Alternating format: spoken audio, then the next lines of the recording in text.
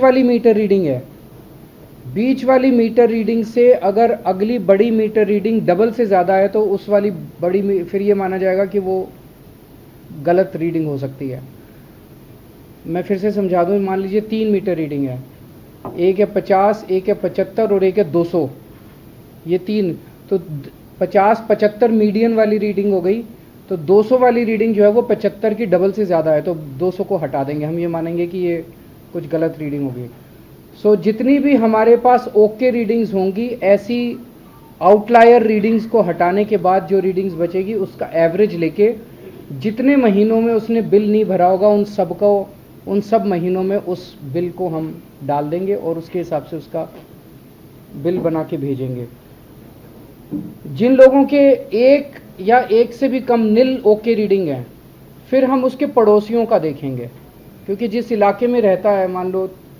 100 गज के मकान है, 50 गज के मकान है, 25 गज के मकान है, 300 गज के मकान है, तो उस एरिया में जितने हमारे पास तो जल बोर्ड का सारा डेटा है,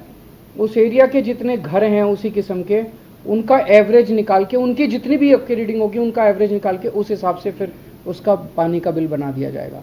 तो इस तरह से हम ये सारे 11.7 लाख डोमेस्टिक कंज्यूमर्स के हम लोग बिल बनाएंगे। ये करके हमने जब अपने कंप्यूटर पे रन किया तो इससे 11.7 लाख कंज्यूमर्स में से 7 लाख कंज्यूमर्स के बिल ज़ीरो हो जाएंगे, क्योंकि वो 20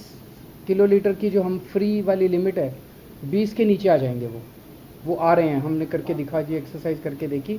तो लगभग 7 लाख कंज्यूमर्स के पुराने सारे बिल ज़ीरो हो जाएंगे, वो नीट एंड क्लीन हो जाएंगे।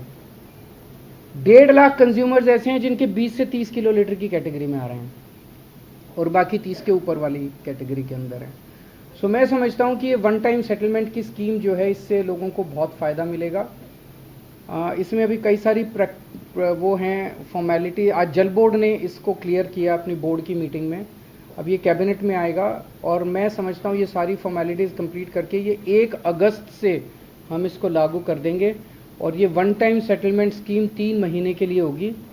और अगर इन 3 महीनों में जो लोग अब इसके आने के बाद, मान लीजिए ये आपके पास अब नया बिल आएगा, नए बिल के हिसाब से आपका जितना पैसा बनता है अगर आप उसे पे कर दोगे तो आपको इसका फ़ायदा मिलेगा, अगर आप पे नहीं करोगे तो फिर पुराने वाले बिल आपके 3 महीने बाद आना चालू हो जाएंगे। फिर